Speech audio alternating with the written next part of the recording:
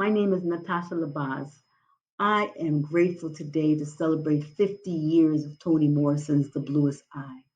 In 1970, when The Bluest Eye was first published, I was a 1-year-old girl, unaware that this land would shun me as a Black girl and later as a Black woman.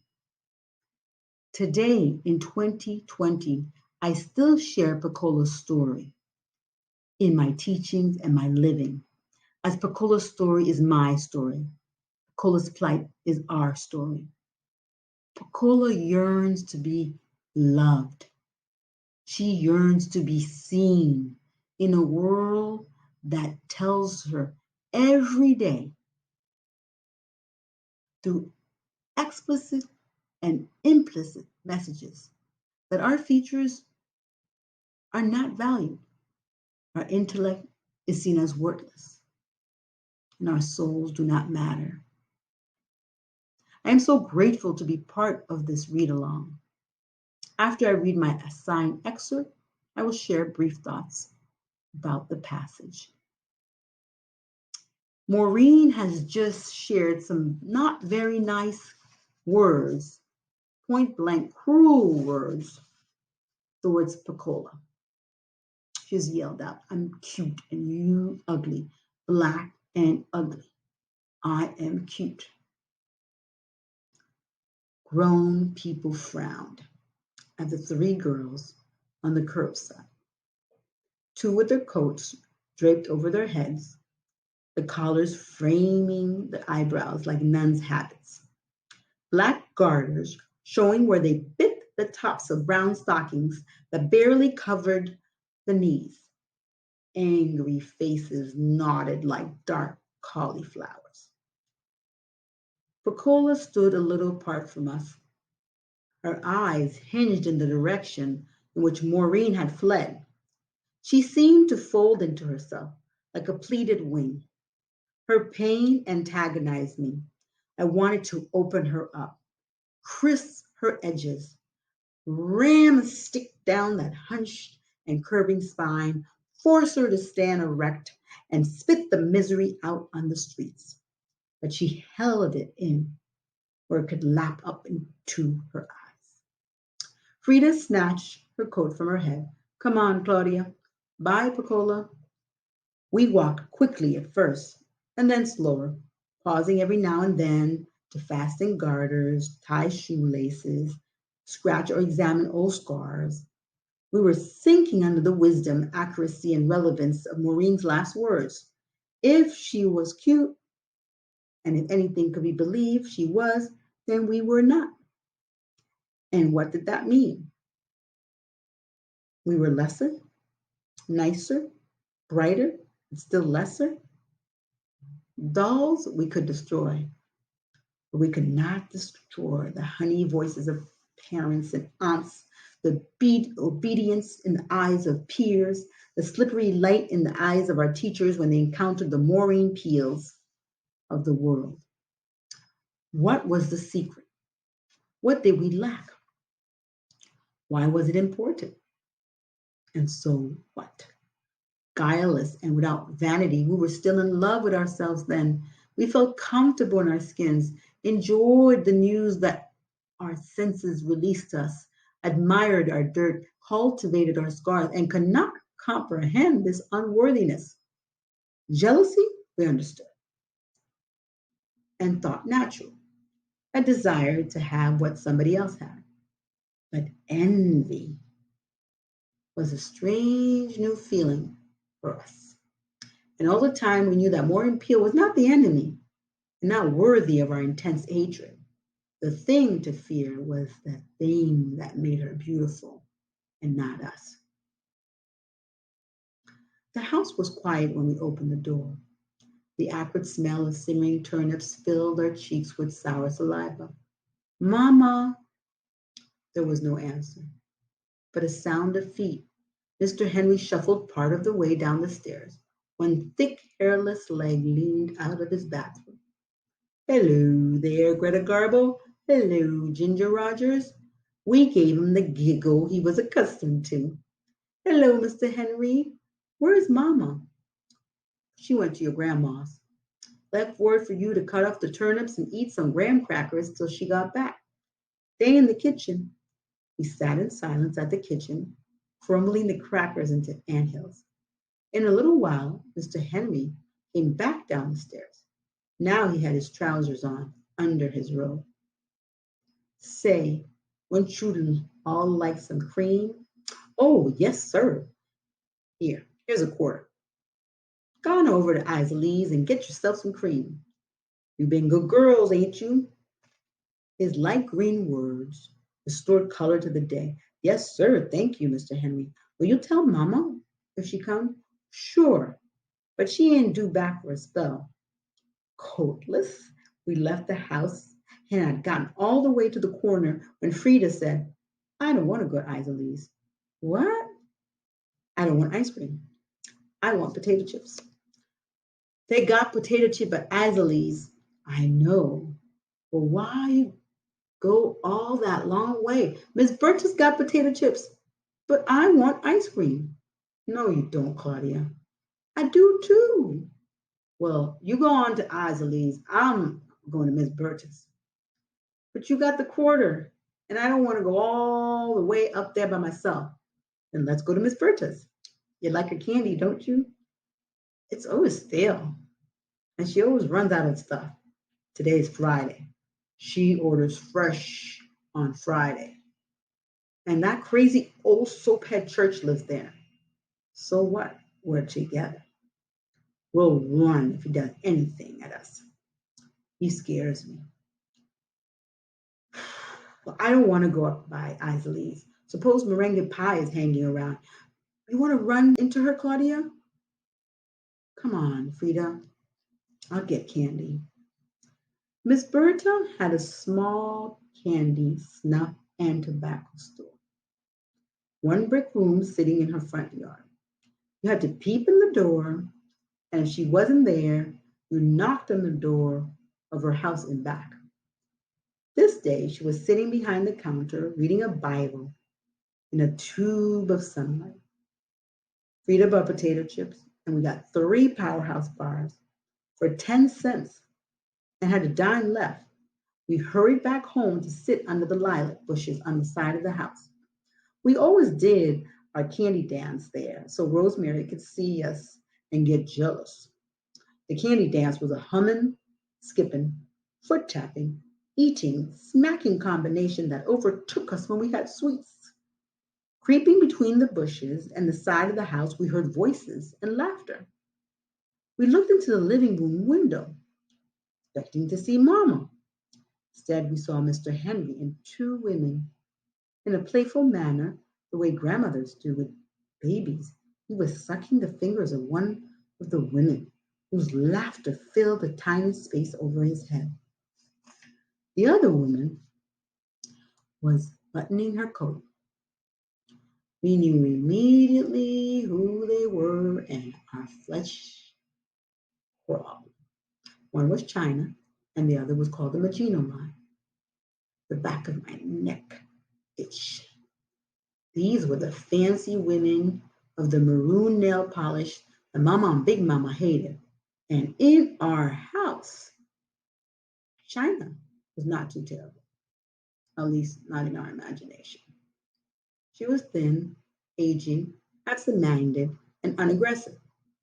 But the Maginot Line, that was the one my mother said she wouldn't let eat out of one of her plates. That was the one church woman never allowed their eyes to rest on. That was the one who had killed people, set them on fire, poisoned them, and cooked them alive. Although I thought the Maginot Line's face hidden under all that fat was really sweet, I had heard too many black and red words about her, seen too many mouths go triangle at the mention of her name to dwell on any redeeming features she might have. Showing brown teeth, China seemed to be genuinely enjoying Mr. Henry. The sight of him licking her fingers brought to mind the girly magazines in his room. The cold wind blew somewhere in me, lifting little leaves of terror and obscure longing. I thought I saw a mild loathing cross the face of the Maginot Line, a mild lonesomeness. But it may have been my own image that I saw in the slow flaring of her nostrils, in her eyes that reminded me of waterfalls in movies about Hawaii. The Maginot Line yawned and said, "Come on, China. We can't hang in here all day. Them people be home soon." She moved toward the door. Frida and I dropped to the ground, looking wildly into each other's eyes. When the women were some distance away, we went inside. Mr. Henry was in the kitchen opening a bottle of pop. "Back already?" "Yes, sir." "Cream all gone?" His little teeth looked so kindly and helpless. Was that really our Mr. Henry with China's finger? "We got candy instead." "You did, huh?" "Oh, sugar to Greta Garbo." He wiped the bottle sweat and turned it up to his lips, a gesture that made me uncomfortable. "Who are those women, Mr. Henry?" He choked on the pop and looked at Frida. "What you say?" "Those women," she repeated. "Who just left? Who were they?" "Oh," he laughed, the grown-up getting ready to laugh. We knew well. Those were some members of my Bible class. We read the scripture together, and so they came together to read with me. "Oh," said Frida. I was looking at his house slippers to keep from seeing those kindly teeth frame a lie. He walked toward the stairs and then turned back to us. "Better not mention it to your mother. She don't take so much Bible study and don't like me having visitors, even if they're good Christian." "No, sir, Mr. Henry, we won't." He rapidly mounted the stairs. "Should we?" I asked. "Tell Mama?" Frida sighed. She had not even opened her powerhouse bar or her potato chips, and now she traced the letters on her candy wrappers with her fingers. Suddenly, she lifted her head and began to look all around the kitchen. "No, I guess not. No plates are out." "Plates? What are you talking about now?" "No plates are out. The Maginot Line didn't eat out of one of Mama's plates. Besides, Mama would just fuss all day if we told her." We sat down and looked at the graham crackers and hills we had made. "We better cut off the turnips. They'll burn and Mama will whip us," she said. "I know, but if we let them burn, we won't have to eat them." What a lovely idea, I thought. What you want, a whipping and no turnips, or turnips and no whippings? I don't know. Maybe we could burn them just a little so Mama and Daddy can eat them, but we can say we can't. Okay. I made a volcano out of my anthill. "Frida, what? What did Woodward do that you was gonna tell?" "Wet the bed. His cane told Mama he won't quit." "Oh, nasty." The sky was getting dark. I looked out of the window and saw snow falling. I poked my finger down into the mouth of my volcano, and it toppled, dispersing the golden grains into little swirls. The turnip pot crackled. In my English classes, I often ask students, is there one literary character that you still worry about? I know, it's fictional, but you still worry about them. And Pecola is the character that I always still worry about. At this point in the novel, we see a Pecola who's all folded into herself, like a pleated wing, Claudia says. You know, when Maureen yells out the words black and ugly, you're ugly, I'm cute. Um, Claudia perceptively sees that it's not Maureen the real enemy, right? It's the thing that's making Maureen say that's the real enemy. So before we are tainted with this thing called racism, right? Before we're wounded with it, we see Pecola like a pleated wing. She's wounded. Claudia says we were still, as Black girls, in love with ourselves. Not that we loved ourselves, we were in love with ourselves. just a beautiful wording. As Black girls, we were in love with ourselves. And we could not comprehend this unworthiness. So this thing called racism, senseless, absurd. So if I were to meet Pacola, or if I could speak to my inner girl, I would say continue to fall in love with yourself.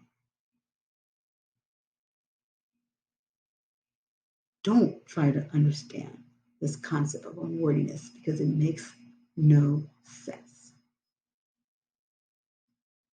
And in terms of fear, Black girls have endured many pandemics, racial violation, sexual violation, embodied here in the symbol of, Mr. Henry.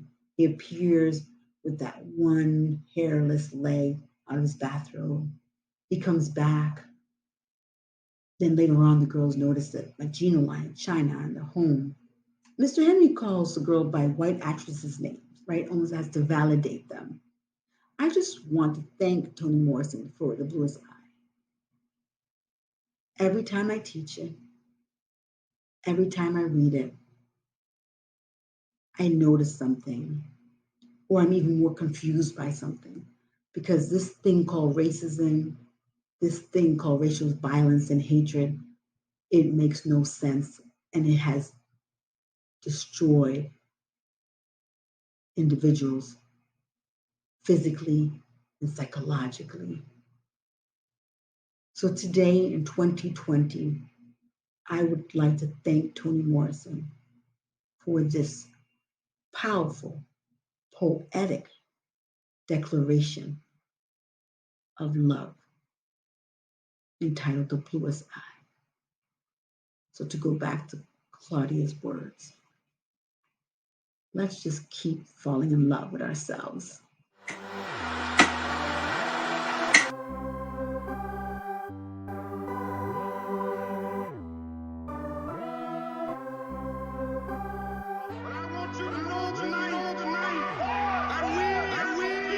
People will get to the promised land.